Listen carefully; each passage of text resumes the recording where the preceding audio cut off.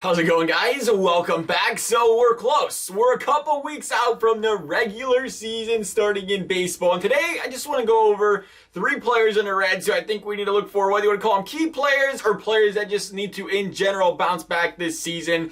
Starting off with the man that's been part of this franchise for a very long time now, Joey Votto. Votto, now 36, is doing very Votto-like things in preseason, batting .077, but doing so with a .429 on-base percentage. Now, do I care how he's doing in preseason? Not really, no. It's so much different going from preseason to regular season, but it was just an interesting stat to bring up there. But last year was more important. For the first time since Votto's rookie year, Votto had an on-base percentage. It's outstanding to actually say this when you think about it, but Votto's had an on-base percentage below .390 at .357. And you look at Joey Votto, he batted in the 260. I don't care. I really don't care that he batted .260. I don't care if he bats .220 this year. I really don't. I want to see this guy walk 100 times, though. I want to see him get that. I guess you bat .220, you're going to have to walk a little bit more than 100 times to get above .357. But I want to see this guy on base as much as possible when he's got these big hitters behind him this year. You know, it's always been so big about the role of Joey Votto on this team over the years. You're paying him this money to drive into runs, to hit the home runs. He's 36 now, and this is the one thing I always loved about this contract with Votto. No matter how old he gets, a lot of the guys, you know, the older they get,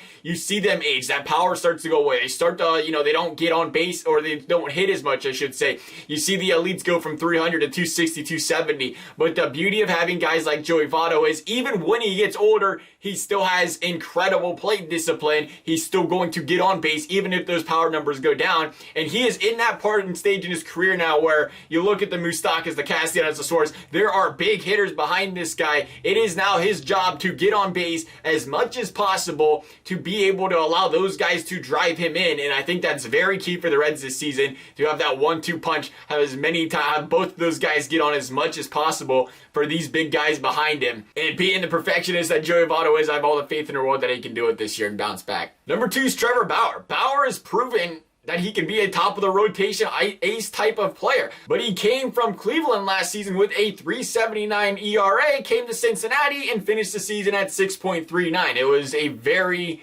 shaky end of the season for Trevor Bauer, to say the least. But I think you look more importantly here, I think he can bounce back. But you always look at guys like Bauer. I love every single bit. I love this guy's passion for the game. I love his emotion for the game. I love that he speaks out. I've always been a fan of seeing, you know, more and more guys like that in the MLB. You can connect with the players better, right? You know, they're not just going through the motions out there, but they also tend to be the guys that quickly and heavily get scrutinized when things start going downhill. So it is important, I think, here for him to avoid that downhill spot here and make sure, you know, he can come back to his 2018 dominant self. Because if he comes back to playing like he did in 2018, the case is very easily made. This team's got 3 aces on the staff here. And then you start looking at 3 aces on the staff. Every team's got to play at least, or every team's got to go up against one of them. You know, you got a 3-game series, 4-game series. Typically, one of those guys at very minimum is going to have to pitch, which is huge. It is huge when you consider from a morale standpoint from a team, if you want to try to take one game from a series or you want to avoid getting swept. I know we've said it before, one of the big things with the Reds over these last so many seasons is you see it so often. 8-game win streak, they go and lose 7. 5-game win streak, they go and lose 4. You know, the second they get hot,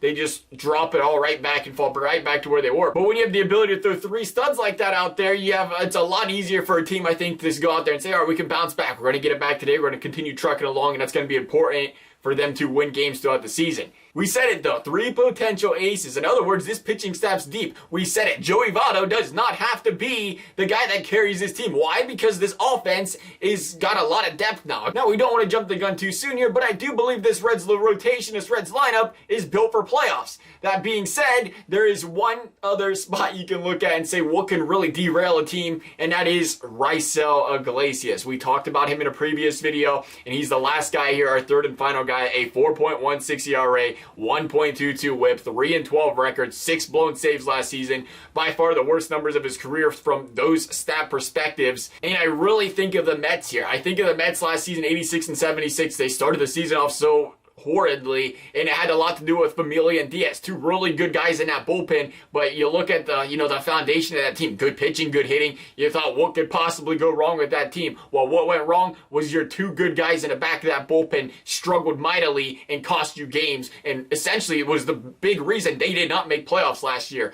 So I think it's very important that you look at Iglesias, who did bounce back in September last year, who I do think is going to bounce back this year. I think it's just, it's a little blip in the radar, and he'll make it back this this year, he'll be just fine and he'll be dominant again. But it's important that he is, because if he goes out there and, blows 6 to 10 games again, that can really put a damper on the chances of this team making playoffs this season. I'm a big believer, though. Iglesias is going to bounce back this season, have a great season, and these Reds are going to look pretty good.